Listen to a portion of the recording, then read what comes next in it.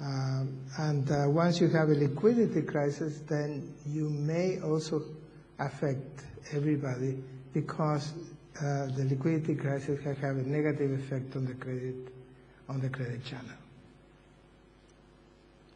So when you see this happening, then you realize that financial crisis can seriously undermine the foundations of the global economy, as I was discussing before.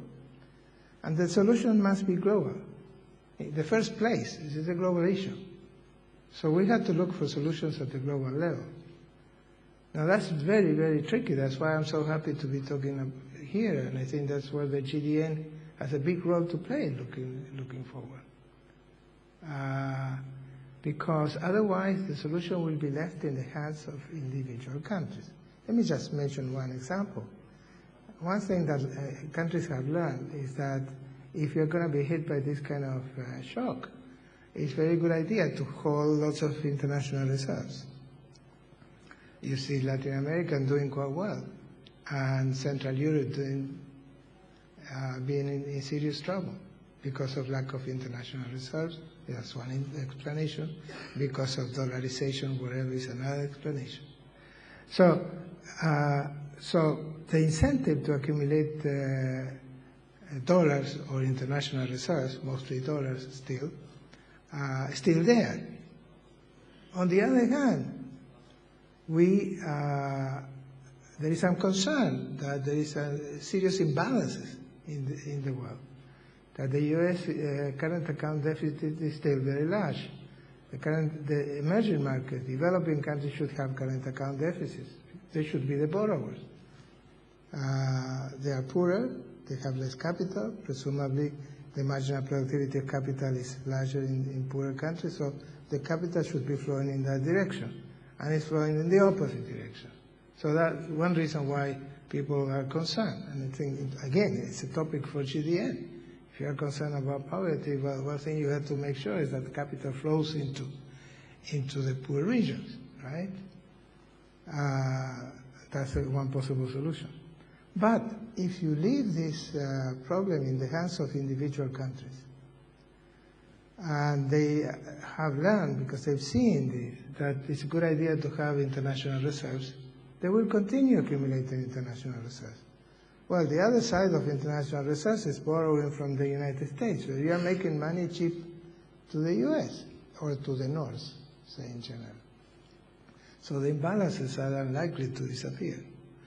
If you want the dollar to devalue to help that process of resolving the imbalances problem, again, if governments are increasing the demand for dollars, you cannot expect the dollar to devalue. I know that there's a lot of talk about where the dollar will be phased out and so on, but in the short run, it's quite clear that countries are stocking up again.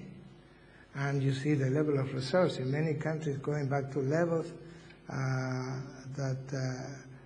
pre-existing levels before the Lehman crisis, and so on. So that's why, even though there are solutions there may be solutions at the individual country level, still we face a global challenge for which global coordination is important. Now, certainly that's very tricky, and why is it important to discuss it here? Because our local politicians, the constituencies of the local politicians do not have in their radar these issues. So the local politician will go to the G20 meetings and be very concerned and share with his colleagues or her colleagues the concerns about the wealth and instability and so on and so forth. But when he goes back, those issues go to the background. They will not disappear while the crisis is running. But once the crisis stops, once this comes down, I think it's very likely that we again forget about those issues. And we go back to business as usual without having resolved this. So a new episode could happen once again, and if we haven't done anything about it, it would be a real tragedy. Now, I don't want to bore you with more of my thoughts about this. I think the first part is the essential message that I wanted to give. Now, think of the world as a whole. And what I'm going to do is very quickly relate this to the standard discussion in macroeconomics. First of all, just to agree on some basics. Unfortunately, that's not the way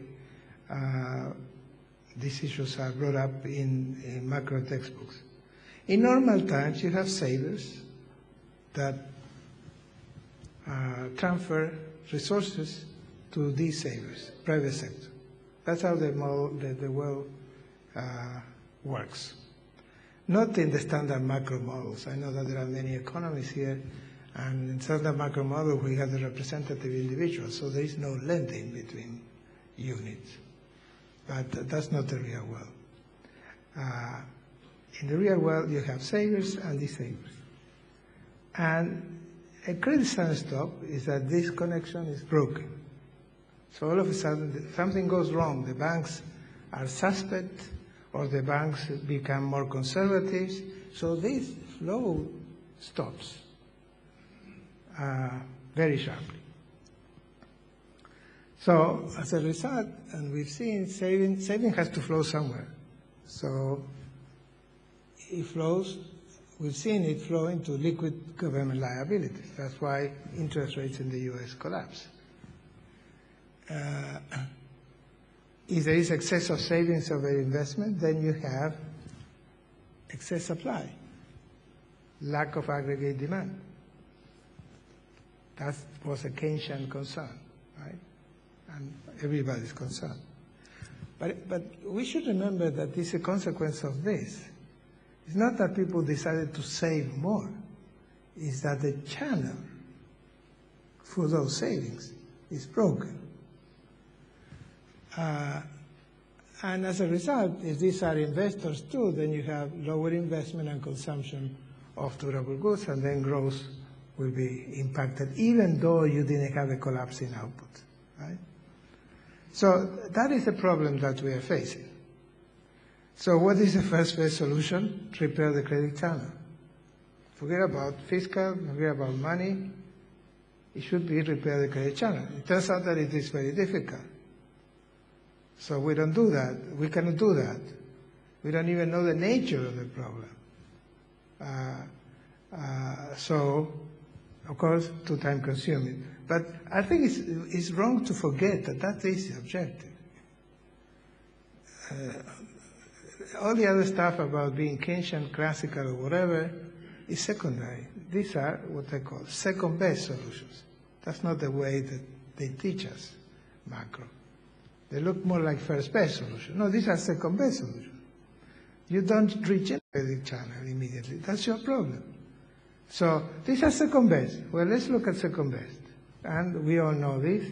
Anybody who took a course in macro knows the classical view. The classical view is that if you let prices fall, then real wealth will increase, and eventually aggregate demand will go back to where it was. That is a story, but the story, what about the credit channel? That doesn't mean the credit channel is going to be restored.